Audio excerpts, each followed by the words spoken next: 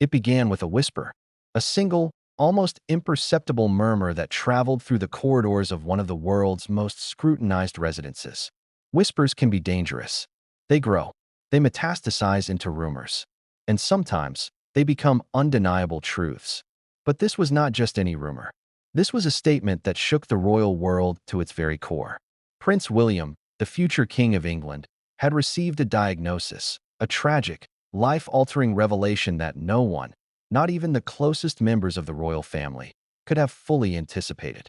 And sitting beside him, carrying the weight of unimaginable fear and responsibility, was Kate Middleton, the Duchess of Cambridge, poised in public elegance but crumbling in private agony. Before we continue, please hit the like button, subscribe to the channel, and turn on the notification bell for updates. Imagine being Kate in that moment. Publicly composed, flawlessly polished for the cameras, greeting crowds with a serene smile, all while inside, her heart is shattering. Can you even picture it?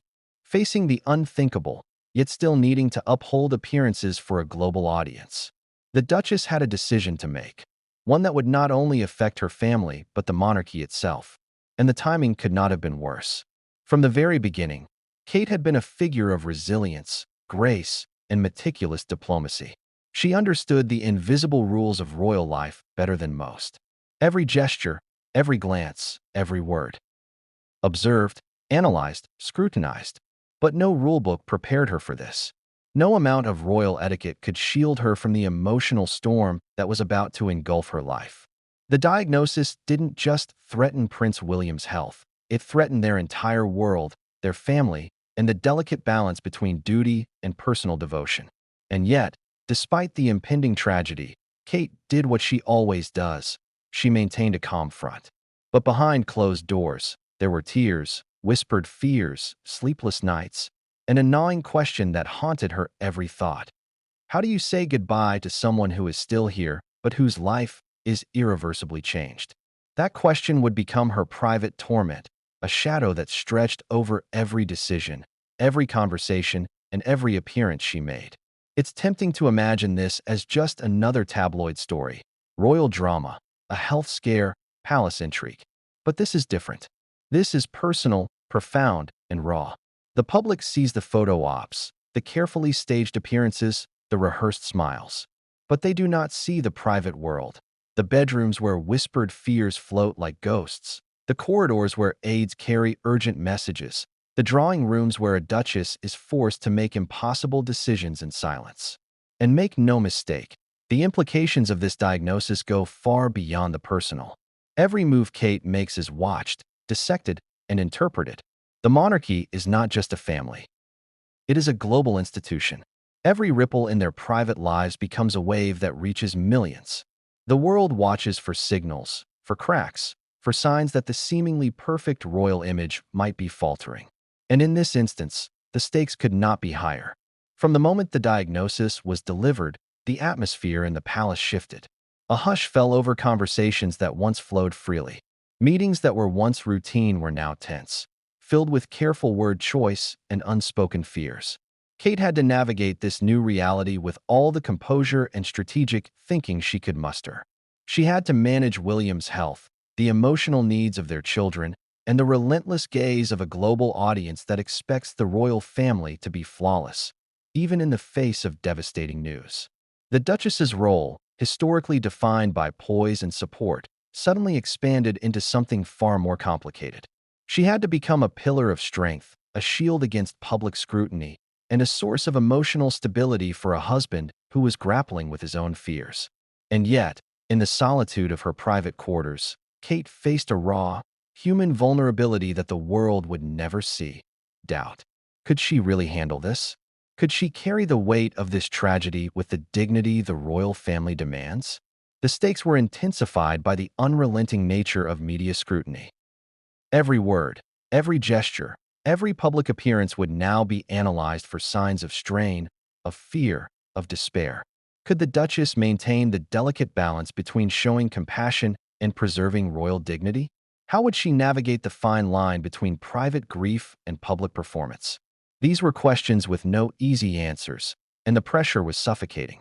And as if that weren't enough, The diagnosis was not just a private family crisis.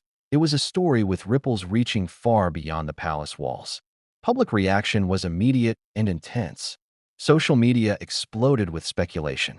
Headlines screamed for attention. Pundits debated every possible outcome. But what few realized was that the story being reported was only a fraction of the truth. The real drama, the most disturbing elements, were hidden behind palace doors, known only to a handful of people, Kate being the most central among them. Kate's predicament was a crucible of emotion and responsibility. On one hand, she had to provide unwavering support to her husband, maintain stability for her children, and uphold the image of the royal family. On the other hand, she was processing her own grief, fear, and uncertainty. Every decision was loaded with consequence. Every move, even a simple gesture of affection, was weighed and considered for its broader impact. Imagine living life in that pressure cooker where every heartbeat is measured against public expectation and private anguish. And yet, despite the crushing weight of this reality, Kate showed extraordinary resilience. She adapted, maneuvered, and strategized, drawing on reserves of strength few could comprehend. She had to, because failure was not an option. The monarchy cannot afford collapse, even when human lives are at stake. And the cruel irony is that in facing this personal tragedy, Kate had to maintain an almost impossible facade of perfection, even as the world she knew began to fracture. It's tempting to ask, what would you do in her position? Could you smile for the cameras while your heart breaks in private? Could you manage a household, uphold tradition, and simultaneously navigate a life-altering diagnosis that threatens the one you love? These are questions that ordinary people never have to confront. But for Kate Middleton, they became her daily reality, a relentless test of endurance, courage, and emotional intelligence. As the hours turned into days, and the days into weeks, the pressures mounted. The diagnosis, while devastating, also revealed fractures within the palace itself, hidden tensions, unspoken disagreements, and conflicting priorities. Kate was thrust into a web of intrigue she had never anticipated, where personal grief and political maneuvering intersected in ways that were both shocking and disturbing. Every conversation could carry consequences. Every decision could become a headline, and every moment of vulnerability could be exploited. The true weight of Kate's ordeal lies not only in the diagnosis itself, but in the cascading effects it unleashed. Relationships were tested, loyalties questioned, and the very essence of trust became fragile. The Duchess had to navigate all of this while remaining publicly composed, ensuring that her family appeared united, strong, and unaffected by the storm raging behind palace walls. The irony is cruel. The more she protected the public image of her family, the more isolated she became in her private struggle. And here's the chilling truth. The diagnosis was only the beginning. The real story, the parts that are hidden from the world, the decisions and confrontations that took place in the quiet rooms of the palace, are what make this situation truly disturbing. Kate's journey through this crisis is one of courage, heartbreak, and moral complexity. It's a story that challenges perceptions of what it means to be royal, to be a partner, and to be human in the most scrutinized family on earth. As we begin to unravel this story, consider this. Every revelation, every tear, every secret meeting, and every heart-wrenching decision has led to a moment that the world is only beginning to understand. The Duchess of Cambridge is facing a challenge that few could endure, and the consequences of her actions will reverberate far beyond the palace walls. But what came next would change everything, and no one saw it coming. It started in the quietest way possible. A call, a message, a knock on a door that changed everything. No fanfare, no warning, just an undeniable, heart-stopping truth. Prince William's health had taken a turn that no one could ignore. Imagine receiving news like that about the person who is not only your partner, but the father of your children, your confidant, your teammate through life's most public moments. How do you process that in a world where every glance, every gesture, is dissected by millions? Kate's initial reaction was shock. Pure, raw shock that temporarily froze her into silence. The Duchess of Cambridge, whose life has been a continuous exercise in poise and composure, felt her world tilt on its axis. She knew, almost instinctively, that nothing would ever be the same again. And yet, she had to respond. Because in the royal world, hesitation can be seen as weakness. The cameras, the staff, the advisors, they were all waiting for her next move, unaware of the storm raging inside her. The moment was private, yet somehow monumental. It wasn't just a health scare. It was a revelation that cast a long shadow over their family, their children, and the very monarchy itself. Kate had to navigate not just the emotional weight of the news, but also the logistical reality, scheduling doctors, adjusting engagements, maintaining appearances, and most importantly, supporting William in a way that was both compassionate and strategically sound. Think about that for a moment. How do you comfort someone whose life has been suddenly upended while also preparing to show the world that you are still in control? Kate had no choice but to compartmentalize, to split her attention between private grief and public responsibility. Every second was measured, every expression calculated. But inside, chaos reigned. Her thoughts raced. What if this diagnosis worsens? What if it changes everything about our family, our future, our children? The questions multiplied, each one heavier than the last. And yet, the Duchess had always been remarkable under pressure. From her earliest days in the royal spotlight, she had learned to navigate expectations that would have crushed most people. She knew how to smile through pain, how to maintain dignity under scrutiny, and how to prioritize what truly mattered while ignoring the distractions of a relentless public eye. But this was different. There was no playbook for a diagnosis that could alter the course of a future king's life. There were no guidelines, no rehearsals, no training for such a profoundly personal and destabilizing event. Within hours of the news, Kate found herself at the center of a whirlwind. Advisors, doctors, aides, they all arrived with urgency, each carrying advice, opinions, and protocols. Some offered comfort, others delivered cold, clinical instructions. Kate absorbed it all, filtering through the noise, trying to find clarity in a situation that felt increasingly incomprehensible. Every choice had consequence. Every conversation was a potential pivot point in what was rapidly becoming a crisis with global ramifications. But even as she navigated the logistics, the emotional toll was relentless. Kate had to face the haunting question: how much of her private grief should be visible to William, to their children, to the world? Too much emotion, and she risked creating panic. Too little, and she risked appearing detached or uncaring. The balance was delicate, almost impossible, and yet she had to find it. Every interaction with William became a test, every word, a potential comfort or a source of additional pain. It wasn't just Kate who was affected. William himself was grappling with the enormity of the diagnosis. The man who had always been a symbol of stability, strength, and stoic composure now faced his own vulnerability, his mortality, and the fear of what this could mean for his life, his family, and his legacy. Kate had to be the anchor, the calm in the storm, while simultaneously processing her own shock. The irony was cruel. The person you lean on most must become the one to hold you up, even when they are falling themselves. The children, though shielded as best as possible, began to feel the tension. Small observations, fleeting moments of anxiety, whispered conversations, they picked up on the shift in atmosphere. Kate had to protect them, to preserve their sense of normalcy, while managing a crisis that threatened to unravel every carefully constructed routine. Every bedtime story, every playful gesture, every family outing carried an underlying tension, a hidden weight that the children could sense even if they couldn't articulate it. And then there was the public eye. Kate and William's lives are not just private, they are global property, endlessly analyzed and critiqued. Within minutes of the diagnosis, speculation ran rampant. Headlines hinted at tragedy. Social media exploded with theories, conjectures, and speculation. Every move they made would be scrutinized, every appearance dissected for signs of weakness or strain. Kate had to consider not only how to manage her husband's health, but also how to maintain the public image of strength and stability that the monarchy demands. The Duchess quickly realized that communication was key. She had to be present, patient, and perceptive. Each conversation with William had to balance honesty with reassurance. Every interaction with advisors had to be deliberate, every decision intentional. Kate had to act as both shield and mediator, protecting William from unnecessary stress while ensuring that the palace functioned as a cohesive, controlled unit. It was an impossible task, and yet she undertook it with the same dedication and poise that had defined her life in the royal spotlight. Yet, even amidst the crisis, there were contradictions.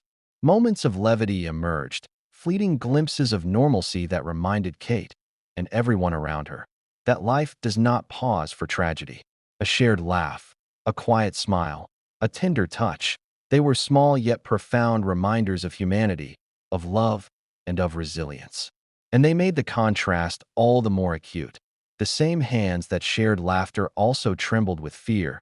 The same voice that whispered reassurance also carried hidden anguish. As the hours stretched into days, Kate's mental and emotional endurance were tested in ways few could imagine.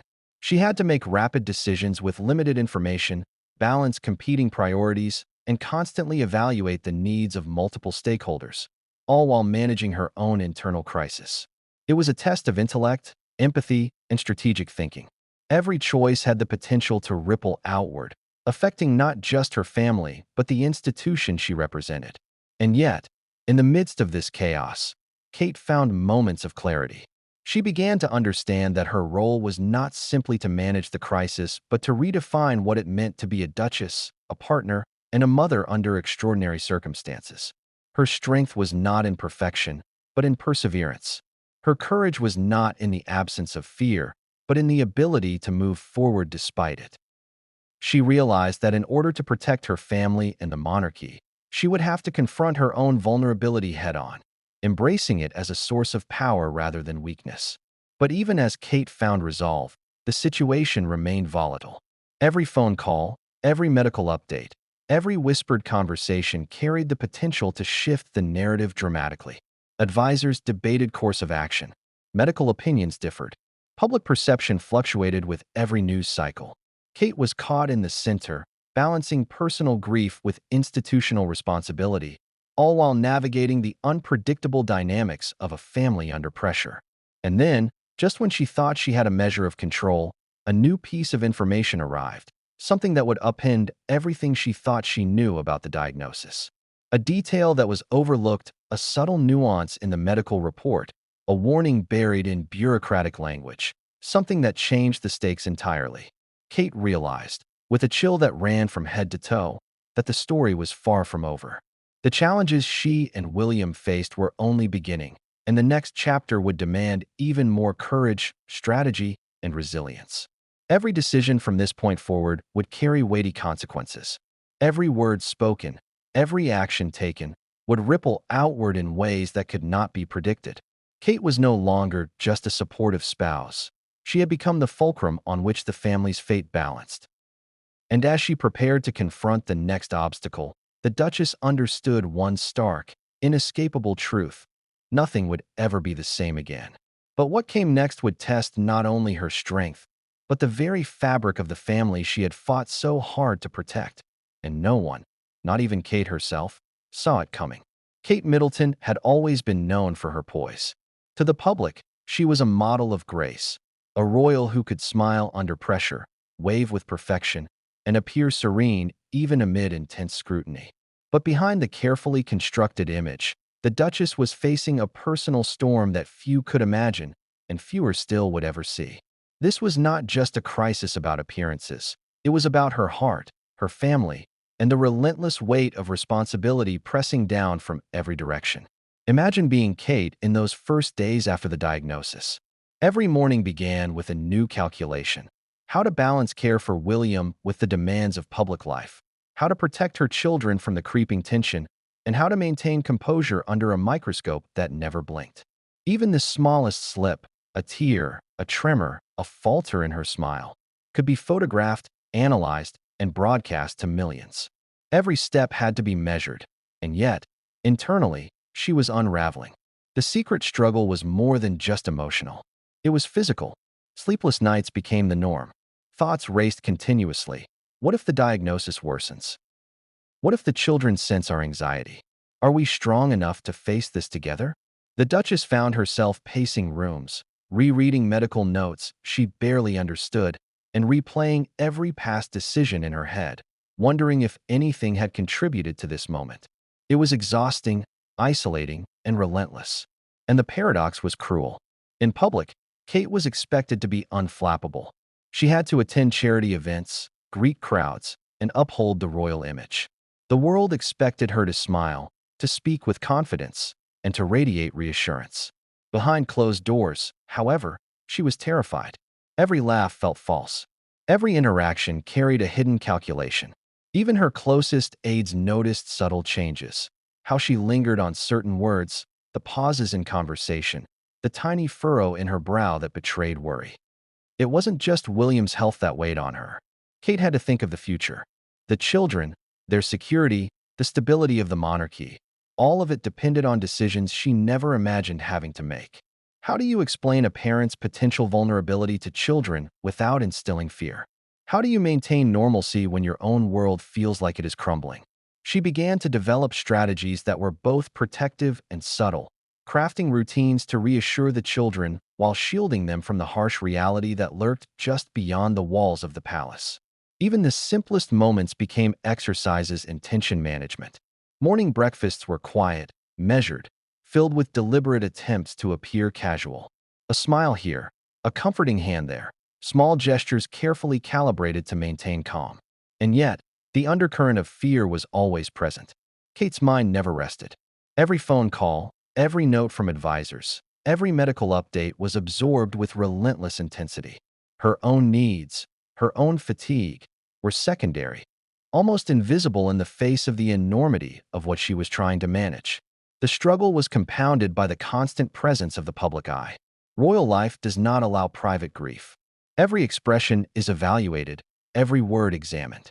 Kate's private moments became arenas of scrutiny, and she learned quickly that vulnerability had to be hidden, even when it felt like the only honest response. There were nights when she wanted to cry openly, to let the tension out, to scream in frustration, but she couldn't. Doing so would have consequences beyond her own well-being.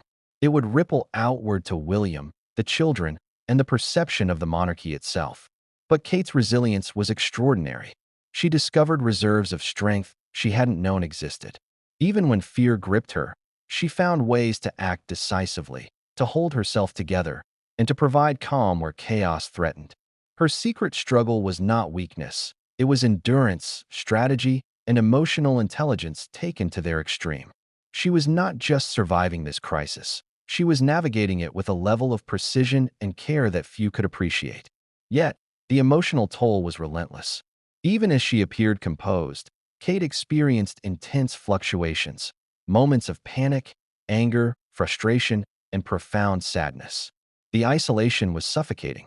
Friends and family could offer comfort, but few truly understood the pressure she faced, the impossibility of balancing personal grief with the requirements of a public life defined by image, duty, and expectation. Even William, for all his strength, could not shield her from the internal burden she carried. The Duchess found herself employing coping mechanisms that were invisible but powerful. Meditation, long walks, and private reflection became lifelines. She sought brief moments of solitude where she could process the fear without the weight of expectation pressing in. She scribbled notes, rehearsed conversations, and mentally prepared for scenarios that might never come to pass. Every moment became a mental chess match, each move calculated to protect her family while preserving her own emotional stability. And yet, contradictions persisted. Kate had to be strong in ways that sometimes clashed with her own instincts. Showing too much strength risked alienating William or appearing detached. Showing too much vulnerability risked panic, both personally and publicly. Every emotion had to be calibrated, every reaction measured. It was exhausting, but it was also necessary. The stakes were simply too high for anything less than perfection, even if perfection was an illusion. Her private struggle also revealed the complexity of her relationship with William. They had always been partners in life, sharing challenges with openness and trust. But this diagnosis created a new dynamic. Kate became not just a partner, but a caretaker, strategist, and emotional anchor. She had to manage not only her own feelings, but also anticipate William's needs, fears, and responses. It was a delicate dance of empathy, support, and foresight, an ongoing negotiation that demanded every ounce of her energy and attention. At times, Kate's internal monologue was dominated by guilt. Could she have prevented this?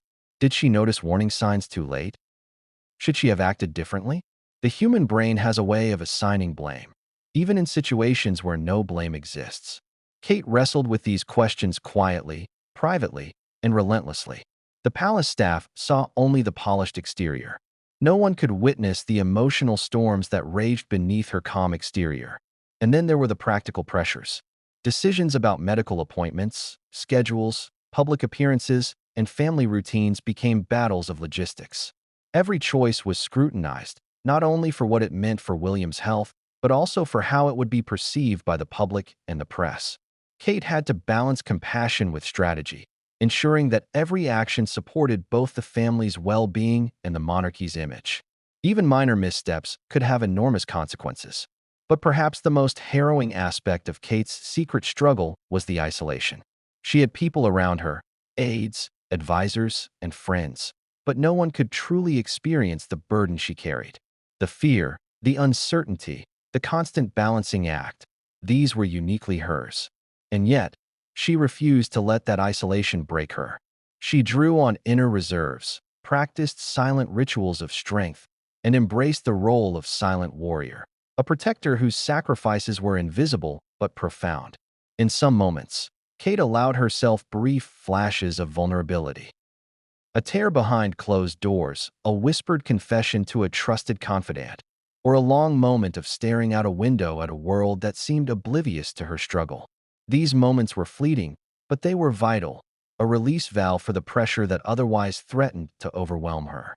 She was human, after all, and even the strongest of us need moments to acknowledge fear, grief, and uncertainty. And yet, in the midst of all this, Kate never wavered in her commitment to William. Every choice, every gesture, every decision was made with his well-being at the forefront. She became a mirror of his needs, a steadying force when he faltered, a source of comfort when the world seemed unrelenting. But even as she held him up, the question lingered. Who was holding Kate? Who could bear witness to the depth of her private struggle, the magnitude of the emotional burden she carried alone? As the days turned into weeks, the pattern solidified. Kate's secret struggle became a silent rhythm in the palace, a mixture of fear, strategy, endurance, and hope.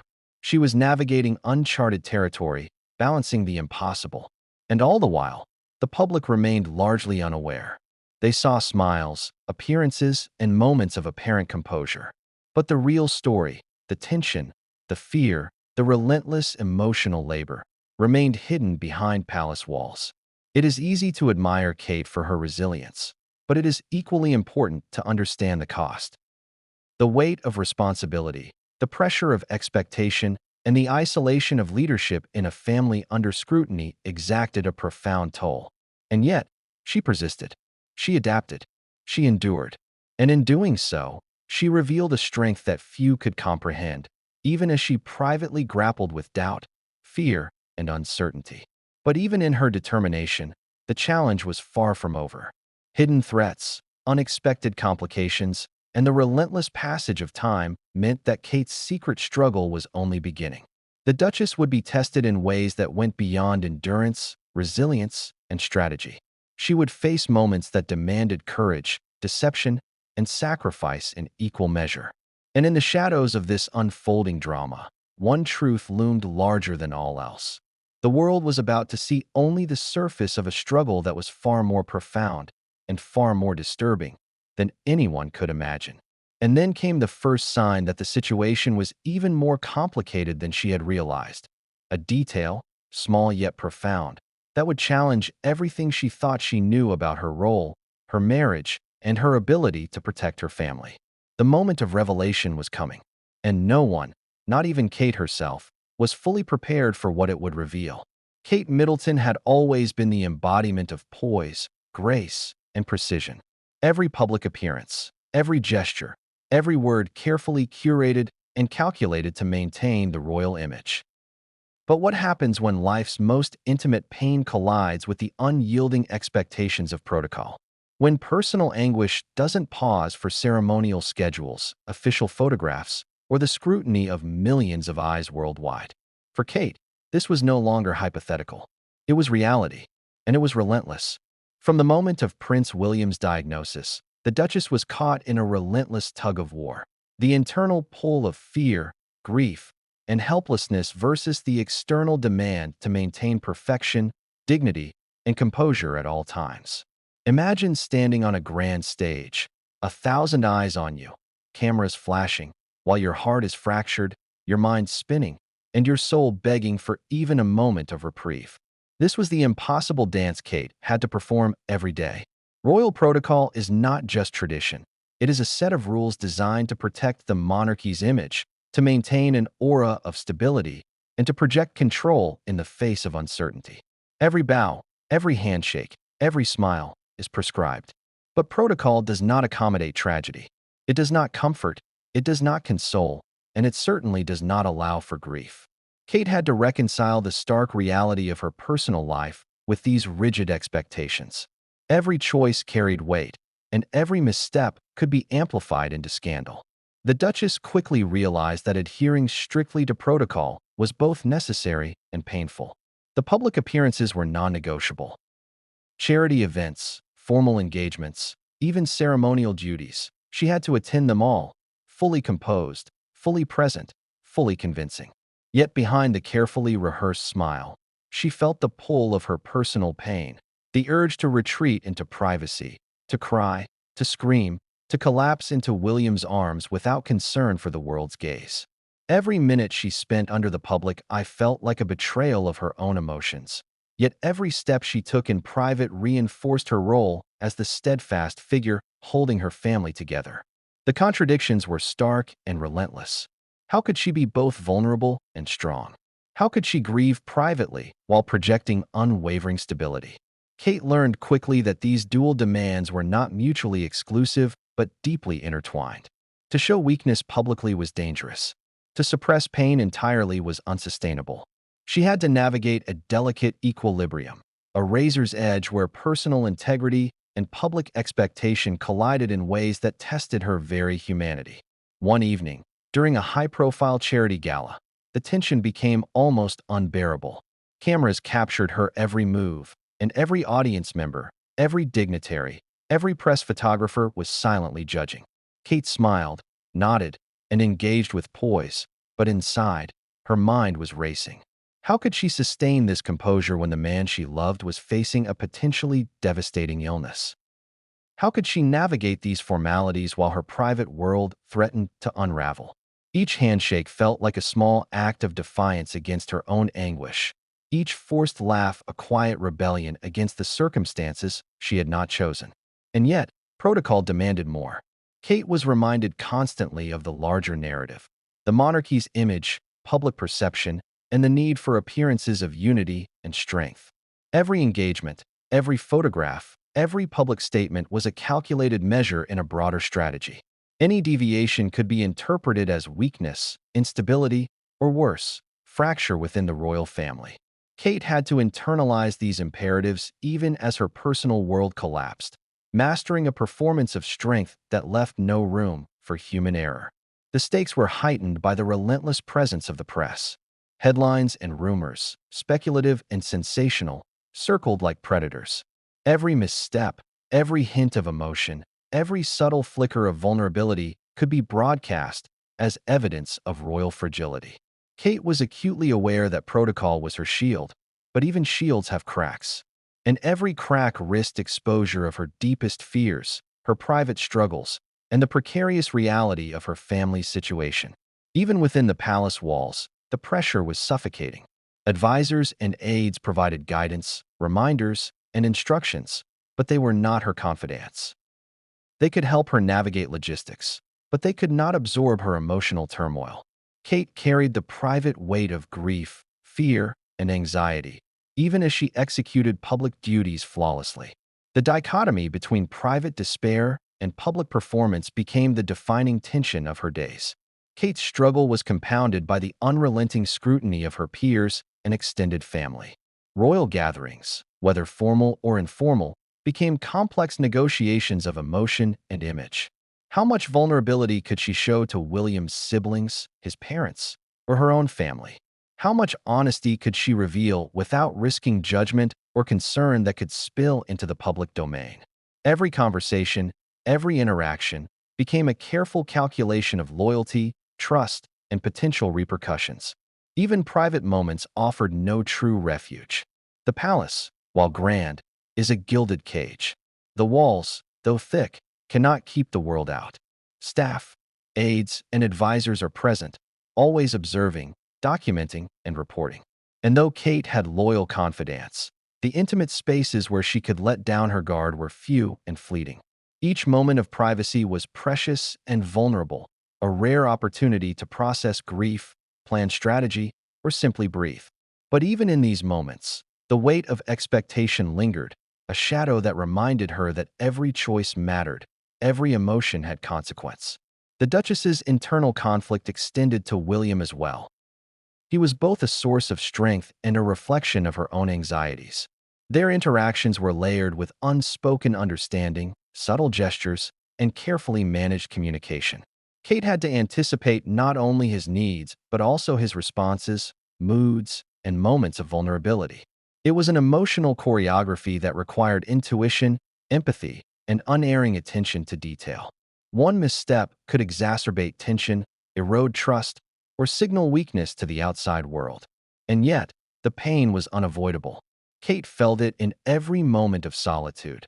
The quiet mornings before the world awoke, the long walks in palace gardens when she could think without being observed, the late nights when she scribbled notes, contemplated decisions, and wrestled with fear. These were the moments when reality hit hardest. The diagnosis was not just a news story. It was a profound personal crisis, a test of endurance, and a relentless reminder of life's fragility. The paradox of royal life is that public duty often comes at the expense of personal needs. Kate, in her private struggle, became acutely aware of this truth. Her grief, anxiety, and fear were secondary to the image she had to project, the responsibilities she had to shoulder, and the expectations she could never fully escape. It was a lesson in endurance that few outside the palace could understand. The weight she bore was both invisible and immense, a private battle fought under public scrutiny. Despite the immense pressure, Kate found ways to assert control. She established routines that allowed her to maintain composure, safeguard her family, and navigate the demands of protocol. She refined her ability to read the moods of those around her, anticipate potential disruptions, and intervene before crises escalated. She became a master of emotional strategy, balancing compassion, strength, and discretion in ways that preserved both family stability and public image. Yet the human heart is not so easily mastered. Moments of doubt, fear, and frustration intruded, often when least expected. A misplaced word, a lingering memory, a sudden thought of potential loss. Each threatened to break the carefully maintained facade. Kate had to confront these intrusions, acknowledge them privately, and continue forward, all while the world watched, none the wiser. Even as she adapted to this new reality, Kate sensed that the diagnosis was only the beginning of a far more complicated struggle. The collision of personal pain and royal duty was not a temporary challenge. It was an ongoing test, one that would demand increasing resilience, ingenuity, and courage. Every day brought new trials, unforeseen obstacles, and subtle reminders that even a duchess cannot escape the weight of expectation. And then, just when she thought she could manage the balance, an unexpected complication arose. A miscommunication, a leaked comment, or perhaps an oversight. It was enough to threaten the delicate equilibrium she had painstakingly maintained. Kate realized, with a sinking sense of urgency, that the intersection of protocol and personal pain was more treacherous than she had imagined. One wrong move could unravel everything, exposing vulnerabilities to the world that she had fought so hard to conceal. The stage was set for a confrontation between duty and desire, between the expectations of a monarchy and the demands of the human heart. Kate's next moves would not only determine her own emotional well-being, but could also have repercussions for William, their children, and the institution they represented. The tension was building, the stakes were higher than ever, and the next chapter of this story promised revelations that would challenge everything Kate thought she knew about love, loyalty, and sacrifice. And then came the moment that would force her to make an impossible choice. A choice between protocol and personal pain, between duty and the raw truth of her own heart. The palace was never truly silent. Even in the quietest corridors, whispers traveled faster than any official announcement. Some were harmless, speculations about schedules, engagements, or minor disagreements, but others carried weight. Secrets, warnings, and subtle manipulations coursed through the halls like invisible currents, shaping decisions, influencing perceptions, and quietly dictating the rhythm of life behind the gilded walls. For Kate Middleton, these whispers were more than background noise. They were the pulse of a world she now had no choice but to navigate. It started with small murmurs, barely audible, almost easy to dismiss. A comment from an aide here, a careful observation from a senior advisor there. But over time, Kate realized that the whispers were not idle chatter. They were signals, hints at tensions and alliances she had not fully understood. Every phrase carried layers of meaning. Every look, every pause, every half-spoken sentence became a puzzle she had to solve.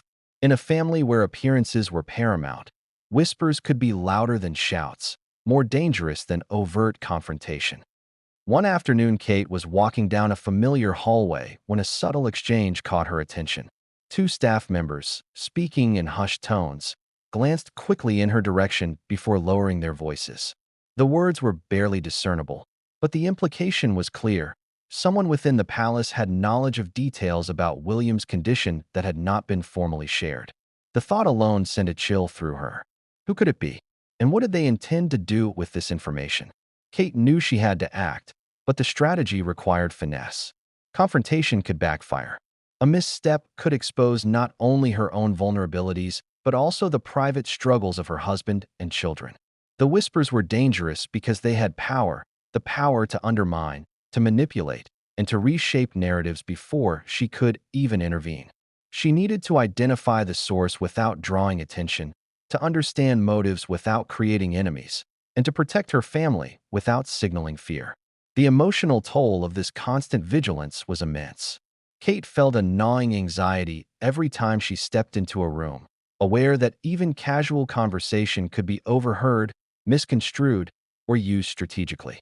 Trust became a precious commodity, rationed carefully and extended sparingly.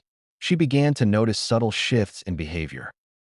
An advisor lingering too long in her presence, a sibling watching her interactions with William, a seemingly innocuous remark carrying hidden implications. In the world of royal whispers, nothing was random. Everything mattered. At the same time, Kate had to maintain her public composure. Every smile, every greeting, every handshake was meticulously calculated to project stability. Behind the cameras, however, she carried the weight of knowledge that the palace itself could be a source of stress, secrecy, and manipulation. The duality was exhausting. The public duchess radiating calm, while the private Kate read every subtle interaction like a puzzle that could alter the course of events. The whispers were not always malicious. Some were warnings, some were guidance, some were subtle hints of what lay ahead. Kate learned to discern tone, timing, and context, to separate helpful advice from hidden agendas. She became a student of the palace itself, its routines, its hierarchies, its unspoken rules. Every step she took was both a navigation of physical space and a careful movement through the emotional and political landscape. But not all whispers were benign. Some hinted at conflict, at jealousy, at resentment that had been simmering for years. Royal life is not immune to intrigue. In fact, it amplifies it. Long-standing rivalries, subtle alliances, and quiet tensions often play out behind closed doors, invisible to the public eye. Kate quickly realized that the palace was a battleground of subtleties. Misreading a whisper could be costly. Ignoring it could be catastrophic. She needed to understand not just the words, but the intentions behind them. The most unsettling whispers, however, concerned the diagnosis itself. Details that were meant to remain private had begun to circulate in small, controlled ways. Some advisors questioned timing. Some staff speculated about public appearances. Some whispers hinted at broader consequences for the monarchy. Kate was forced to confront a harsh reality. Even within her own household, information was not entirely secure. Trust, she realized, had to be continuously earned and carefully monitored. The psychological impact was significant. Kate's mind was in a constant state of alert.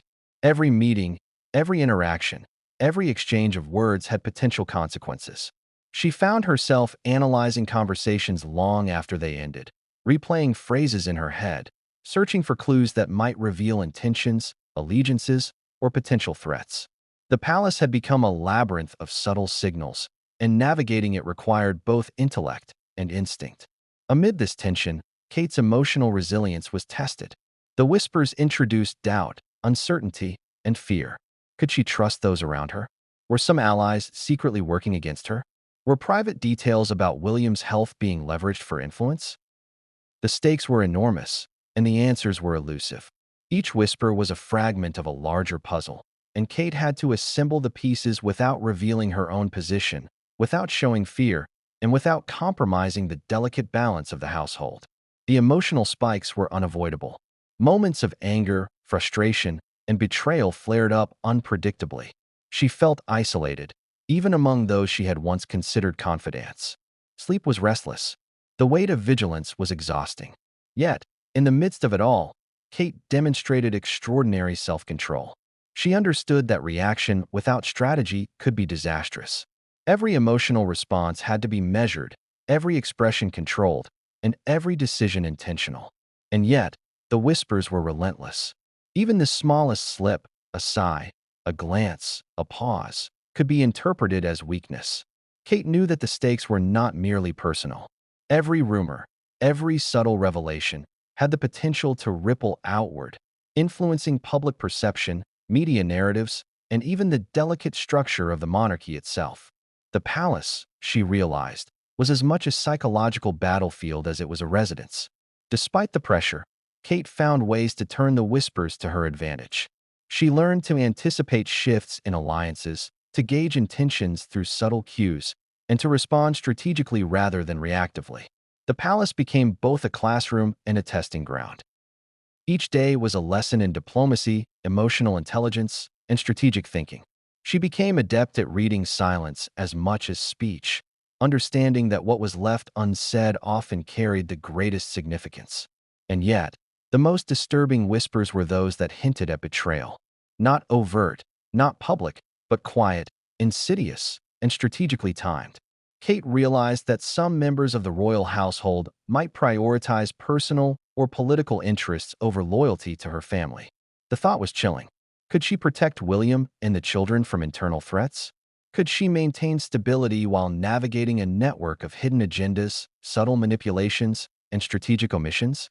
The weight of responsibility pressed on her shoulders like never before. Even amidst this uncertainty, Kate maintained a level of grace that seemed almost superhuman. She continued to attend events, host meetings, and engage with staff, all while processing an undercurrent of tension that threatened to overwhelm her at any moment. The whispers reminded her constantly that visibility does not equate to control, that power is only as secure as the alliances it depends upon, and that the palace, despite its grandeur, could be as treacherous as it was beautiful. But the most dangerous whisper of all was the one that Kate could not yet identify. A voice, faint and subtle, hinting at a revelation that would change everything.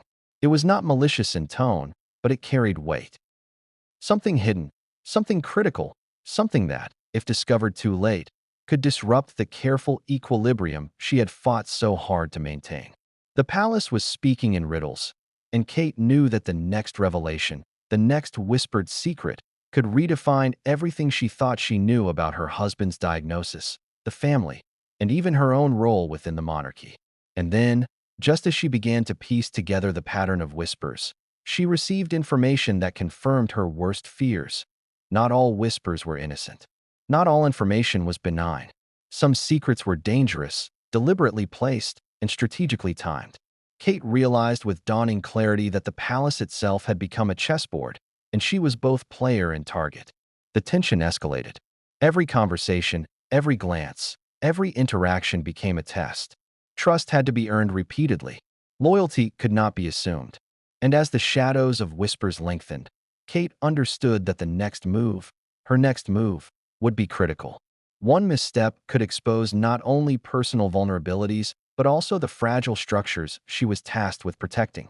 The palace, with all its history, grandeur, and tradition, had become a maze of hidden messages and unspoken tensions. Kate's journey through it was both literal and symbolic, navigating hallways, hidden corridors, and private chambers, while simultaneously navigating alliances, power dynamics, and human emotions that were as subtle as they were powerful. And just when she thought she had deciphered enough, a whisper reached her that chilled her to the core, a hint of a secret so profound that it threatened to undo everything she had carefully managed. Someone, somewhere within the palace, held knowledge that could change the trajectory of her family's future. And it was only a matter of time before it surfaced. The Duchess understood in that instant. Her private struggle was no longer just about William's diagnosis or her own grief. It had become a high-stakes game of strategy, perception, and survival. Every word, every action, every carefully guarded emotion mattered. And the next revelation, the one hidden in the shadows of the palace whispers, was about to change everything. In the world Kate Middleton inhabited, trust was both invaluable and precarious. The palace was a complex ecosystem of alliances, loyalties, and unspoken hierarchies. Some people were allies in the truest sense, willing to protect and support her in every circumstance. Others, however, operated with subtle agendas, their intentions hidden behind smiles, courteous bows, and seemingly innocuous advice. Navigating this web of relationships became as critical as managing her husband's diagnosis itself. Kate had learned quickly that appearances could be deceiving. A warm smile or gentle tone did not always signify goodwill. A kind word in the hallway might carry hidden intentions. She became hyper-aware of nuance, watching body language, analyzing phrasing, and discerning patterns that could reveal motives. Even a fleeting glance could signal alliance or opposition, and missing a subtle cue could have dire consequences for both her family and the monarchy. Her inner circle of confidants was small but vital. These were individuals she could rely on without hesitation, people whose loyalty had been tested under pressure. They offered guidance, emotional support, and a discreet sounding board for her most private fears. In a palace where whispers carried power, these confidants became her lifeline. Individuals who could help her parse truth from deception and help navigate both the personal and political minefields surrounding her. Yet, even among trusted allies, caution was essential. Kate had learned to compartmentalize. She shared only what was necessary, even with those she trusted implicitly. Every conversation was deliberate, every disclosure calculated. Revealing too much could backfire, even unintentionally. In a household filled with ambition, history, and complex human dynamics, information was a currency, and Kate had to manage it with precision. The Duchess also had to contend with hidden adversaries. Those who presented themselves as friends, but carried motives that were not immediately obvious. Perhaps they were motivated by ambition, jealousy, or loyalty to others whose priorities conflicted with hers. Perhaps they saw the diagnosis as an opportunity to assert influence or shift power. Kate became acutely aware that subtle manipulation could come from unexpected quarters, and even seemingly benign interactions required vigilance. At the same time, Kate's empathy became both a strength and a vulnerability. She instinctively wanted to understand people, to anticipate their needs, and to build bridges even in tense situations. But in an environment where information is power, empathy could be exploited. The Duchess had to refine her instincts, learning to distinguish genuine concern from strategic positioning, to sense when an offer of support was sincere and when it concealed an ulterior motive. The emotional load of this constant assessment was immense. Kate had to be alert to every nuance, while simultaneously managing her personal grief, supporting William, and protecting the children. Mental exhaustion was inevitable. Sleep became fitful. Moments of quiet reflection were rare, stolen in brief intervals that allowed her to regroup. The palace, once a symbol of heritage and stability, had become a pressure cooker of human emotion, where every interaction carried both opportunity and risk. Yet, in the midst of these challenges, Kate found a source of quiet strength in her hidden confidants. They offered guidance, reassurance, and perspective when she most needed it. These allies helped her navigate sensitive conversations with advisors, mediate tensions with extended family members, and even anticipate potential crises before they arose. Their presence reinforced the reality that even in isolation, one could find support and clarity, if careful and discerning in whom to trust.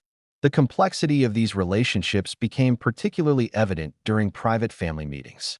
Kate had to balance multiple perspectives while preserving the emotional and strategic cohesion of the family unit.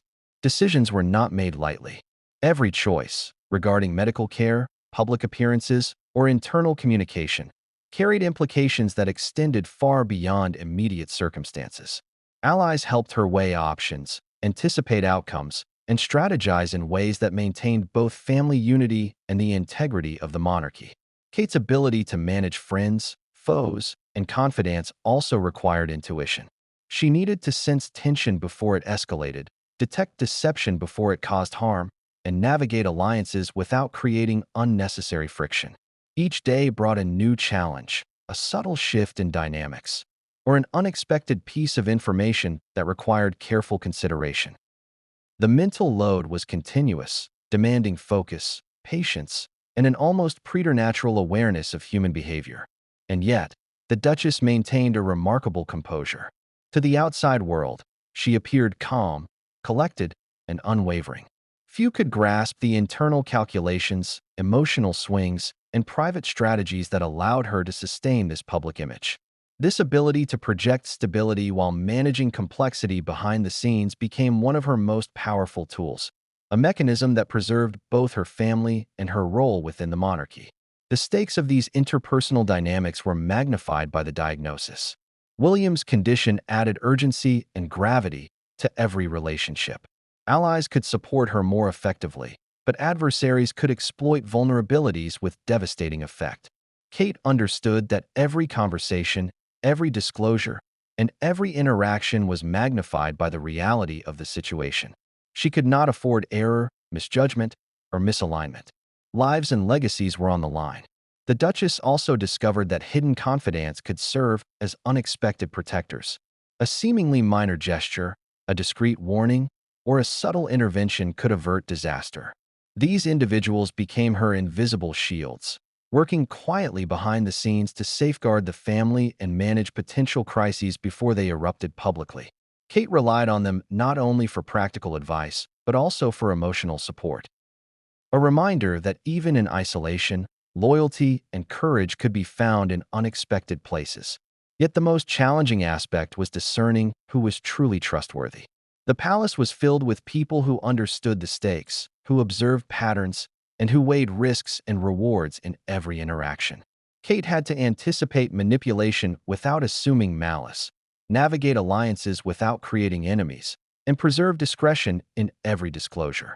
The line between friend and foe was never entirely clear, and she quickly realized that vigilance had to be constant. The emotional stakes were heightened by personal vulnerability. Kate's role as confidant and strategist came at the cost of her own emotional release.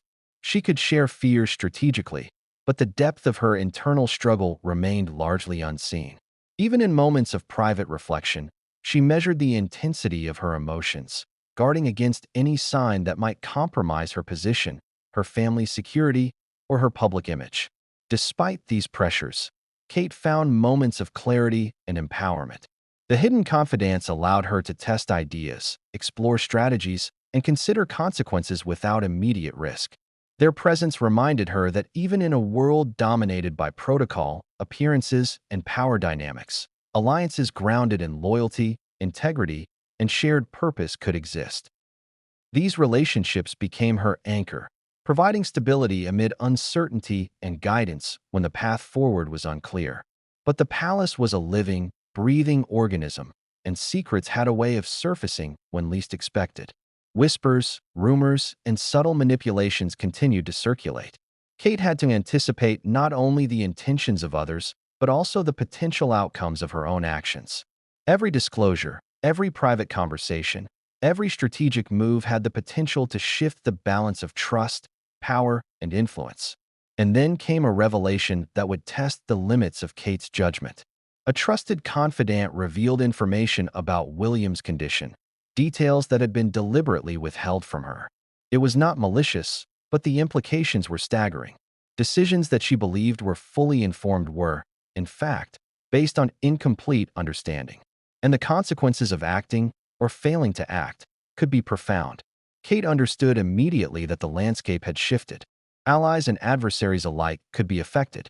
Missteps could alter family dynamics, public perception, and even the stability of the monarchy. Every calculation, every judgment, and every action moving forward would carry amplified consequences.